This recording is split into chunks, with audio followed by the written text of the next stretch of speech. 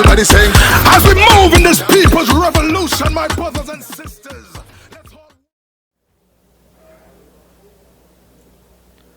Political leader of the United National Congress, Mrs. Kamala Persad-Bissessar, the best Prime Minister Trinidad and Tobago has ever seen. Parliamentary colleagues, both in the lower and the upper house, members of the local government fraternity, the newly elected national executive of the UNC, brothers and sisters, Trinidad and Tobago citizens all. Today marks 203 days since the Justice Judith Jones report was handed over to the government on child abuse in Trinidad and Tobago.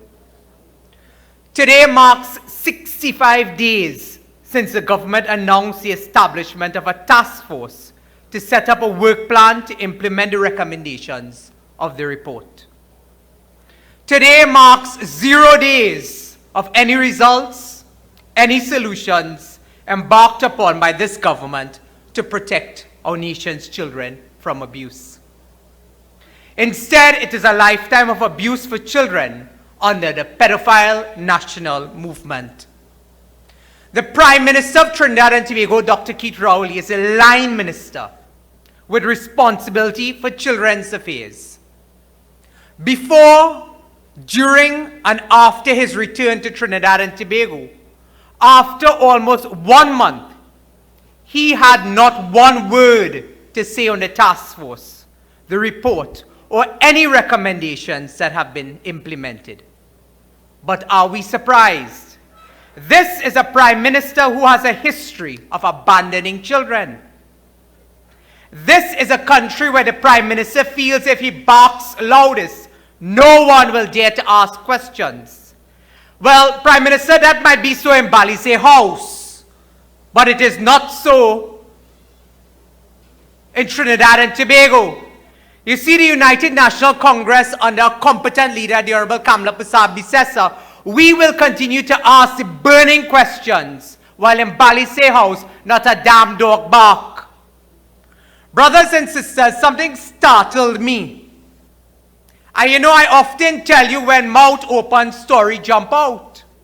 Well, Senator Wade Mark a few days ago asked the question of the Prime Minister, the absent Prime Minister for over a month, about what was happening with respect to the foster care residences and children's homes in Trinidad and Tobago. And the acting leader of government business, Paula Gopi-Schoon, made a very startling revelation, and I want to share with you what is on the Hansard of the Republic of Trinidad and Tobago. You see, when they got caught with their pants down, because they are the pedophile national movement, being implicated in the abuse, the sexual abuse of children in this country, they jumped not to Mrs. Kamala Persad-Bissessar, they went all the way back to Mrs. Persad-Bissessar and Mr. Pandey with the 1997 SABGA report. But it was Paula Gopi-Schoon who mouth open and story jump out. So tonight I want to tell Camille, Rosemary, Regis, that your own Minister of Government had this to say, and now this is on the public record. This is on the Hansard of the Republic of Trinidad and Tobago, the Parliament. And this is what Paula Gopi-Schoon had to say.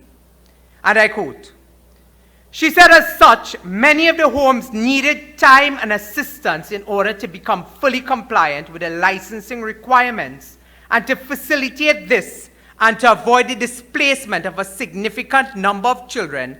The sections requiring licensing of children's homes have not been proclaimed, despite the previous administration, and by previous administration, who was in power in 2014-2015? Kamala Persad-Bissessar and the People's Partnership Government, to which the UNC was a part of. We passed those laws to regulate and license the children's homes. But mouth open and Paula jump out. Paula says, as such, many of the homes needed time and assistance in order to become fully compliant with the licensing requirements, and to facilitate this and to avoid the displacement of a significant number of children, the sections have not been proclaimed. Who is responsible in this country for the proclamation of legislation? When the Justice Judy Jones report tells us that one of the recommendations in that report is to proclaim the legislation, it was Kamla Prasad Bisesa and the People's Partnership who passed the legislation in 2014 and 2015. We got out of office, and it was incumbent on the line minister, who is the Prime Minister, Keith Rowley, to proclaim the legislation and put it in force.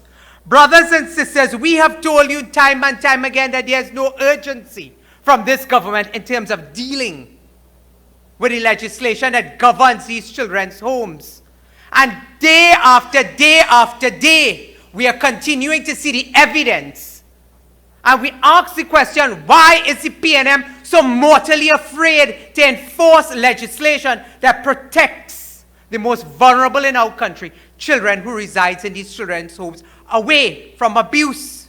Does it have something to do with a short hair, ras man inside of the PNM? We have to ask, because this is what we are being told. But it seems, brothers and sisters, that when Paula made that revelation, she did not stop there. She then went on to say, and I quote, "A proposed time frame for proclamation has been determined as March 2023. So you got the report in December of 2021. You said you will establish a task force not to implement the recommendations, but rather to work on a work plan. And now you are saying that in 2023, then you will look at proclaiming the legislation." So then it begs the question, what happens to these children who are the subject of sexual and physical abuse at these community residences and these homes? There's no sense of urgency coming from this government. And if they have no urgency in dealing with matters affecting our nation's children, then what can we expect with other issues in this country? Brothers and sisters, it did not stop there. The leader of the opposition, former Prime Minister Mrs. Kamla Prasad Bisesa, when commenting on this issue on June 3rd of 2022, she told the government, and I always say to you, we do not just complain. We provide solutions, we advance ideas, and we said to them, you cannot continue to leave children who are at the hands and the mercy of sexual predators in these homes.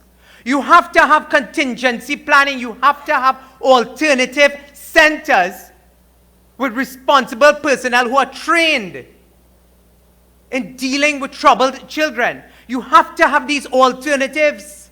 The Prime Minister jumped out of a box and he said, I don't know what Kamla and Padarath talking about, that he will not close down any of these homes.